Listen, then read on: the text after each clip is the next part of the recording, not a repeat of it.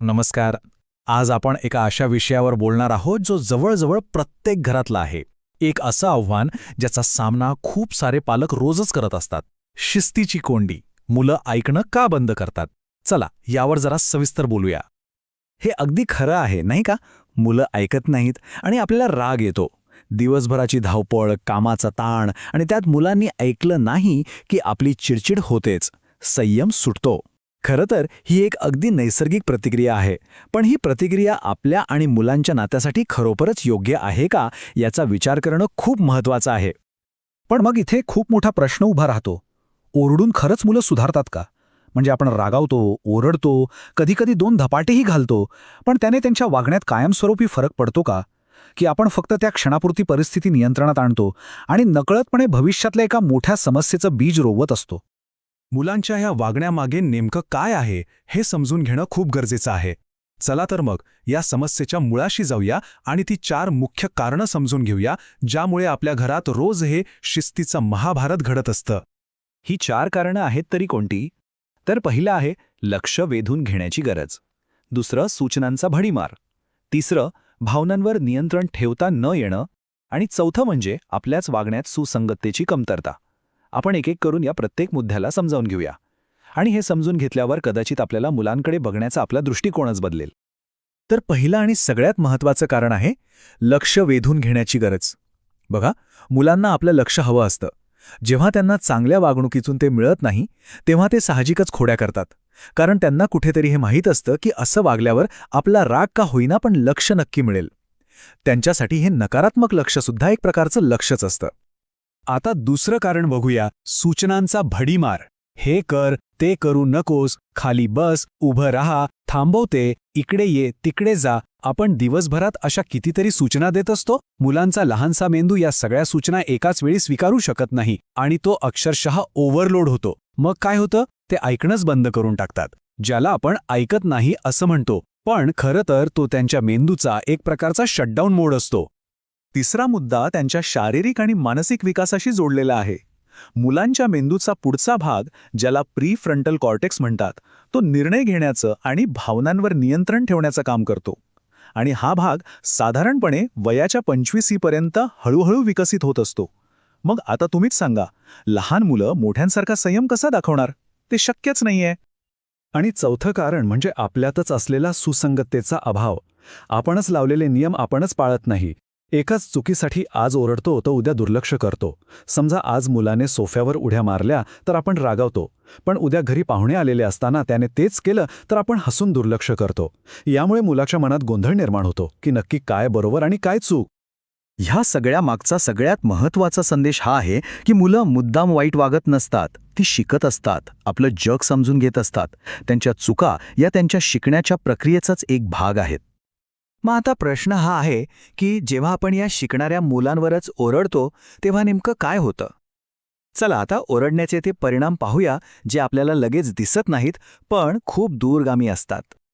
ओरडल्यामुळे तात्पुरता फायदा नक्कीच दिसतो. म्हणजे बघा ना, मुलं एकदम शांत होतात, घाबरतात आणि आपण सांगितलेलं लगेच ऐकतात.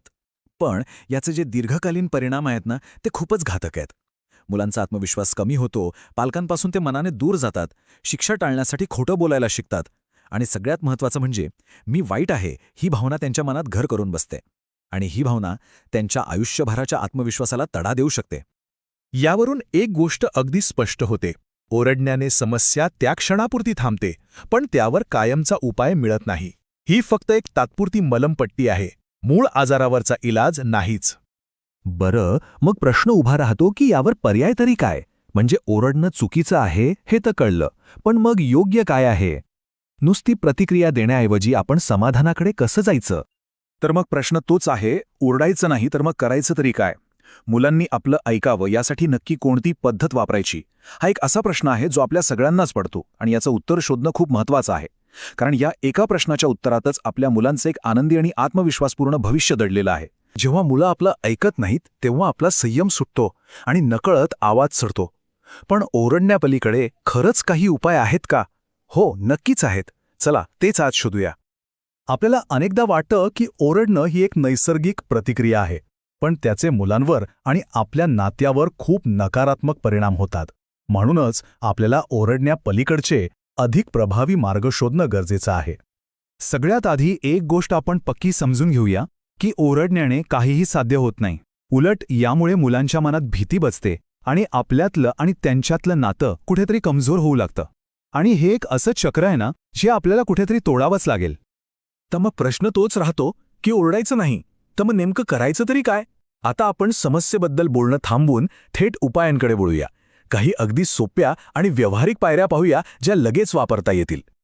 चला तर मग आता बघूया अशा 6 सोप्या पायऱ्या ज्या आपल्याला शांत राहून परिस्थिती हाताळायला मदत करतील. हे एक प्रकारे आपल्यासाठी उपयुक्त टूलकिटच आहे. तर या आहेत त्या 6 पायऱ्या.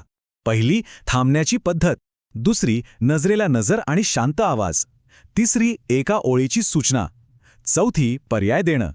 5वी, नैसर्गिक परिणाम. आणि 6वी, सकारात्मक प्रोत्साहन. चला आता प्रत्येक पायरी जरा सविस्तरपणे समजून घेऊया.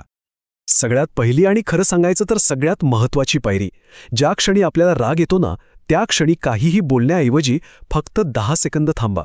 एक मोठा दीर्घ श्वास घ्या. इतकं साधं केल्याने सुद्धा आपल्या बोलण्याचा सूर बदलतो आणि सूर बदलला की समोरून येणारा प्रतिसादही बदलतो. आता दुसरी पायरी. दुसऱ्या खोलीतून किंवा लांबून ओरडण्याऐवजी मुलाच्या जवळ जा. त्याच्या डोळ्यात डोळे घालून अगदी शांत आणि हळू आवाजात बोला. असं केल्याने आपल्या शब्दांचा प्रभाव खूप जास्त पडतो. तिसरी पायरी आहे स्पष्ट संवाद साधण्याची. मुलांना मोठी मोठी भाषणं किंवा लेक्चर्स देणं टाळा. त्याचा खरंच काही उपयोग होत नाही. त्याऐवजी फक्त एका ओळीत स्पष्ट सूचना द्या. जसं की आपली खेळणी उचलून जागेवर ठेव. बस इतकं बोलणं पुरेसं आहे. आता ही चौथी पायरी खूप इंटरेस्टिंग आहे. मुलांना पर्याय द्या. हे आत्ताच्या आत्ता कर अशी आज्ञा देण्यापेक्षा हे काम तू आत्ता करणार की 5 मिनिटांनी असा पर्याय देऊन बघा. यामुळे काय होतं की नियंत्रण त्यांच्या हातात आहे असं त्यांना वाटतं, पण काम मात्र आपलंच होतं. आणि 5वी पायरी आहे नैसर्गिक परिणामांची. इथे लक्षात घ्या, रागाला अजिबात स्थान नाही, फक्त कृती आहे. उदाहरणार्थ, जर खेळणी उचलली नाहीत तर उद्या ती खेळायला मिळणार नाहीत. हे कृती आणि परिणामाचं एक स्पष्ट नातं आहे जे त्यांना शांतपणे समजावून सांगायचं आहे. आणि आता 6वी तितकीच महत्त्वाची पायरी. जेव्हा मुलं काही चांगलं वागतात, आपलं ऐकतात, तेव्हा त्यांचं कौतुक करायला अजिबात विसरू नका. वा, आज तू किती पटकन ऐकलंस, मला खूप अभिमान वाटतोय तुझा. असं एक वाक्यसुद्धा त्यांना ते चांगलं वर्तन पुन्हा करण्यासाठी खूप प्रोत्साहित करतं. चला आता आपण नुसत्या टेक्निक्सच्या थोडं पुढे जाऊया आणि कम्युनिकेशनबद्दल म्हणजे संवादाच्या भाषेबद्दल बोलूया. ही एक खूपच प्रभावी पद्धत आहे. आपल्या बोलण्यात एक छोटासा पण खूप मोठा बदल करता येतो.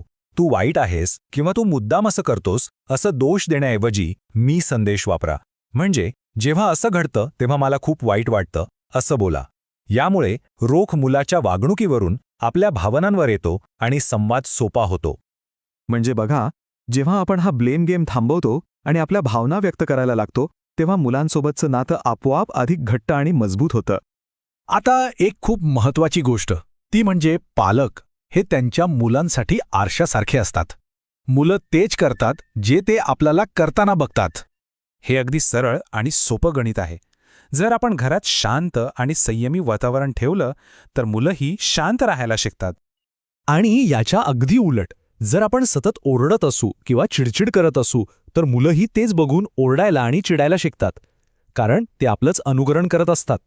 म्हणजे थोडक्यात काय तर आपल्या घरातलं वातावरण कसं आहे यावरच मुलांची वागणूक मोठ्या प्रमाणात अवलंबून असते. ते त्यांच्या सभोवतालच्या वातावरणाचाच एक आरसा असतात.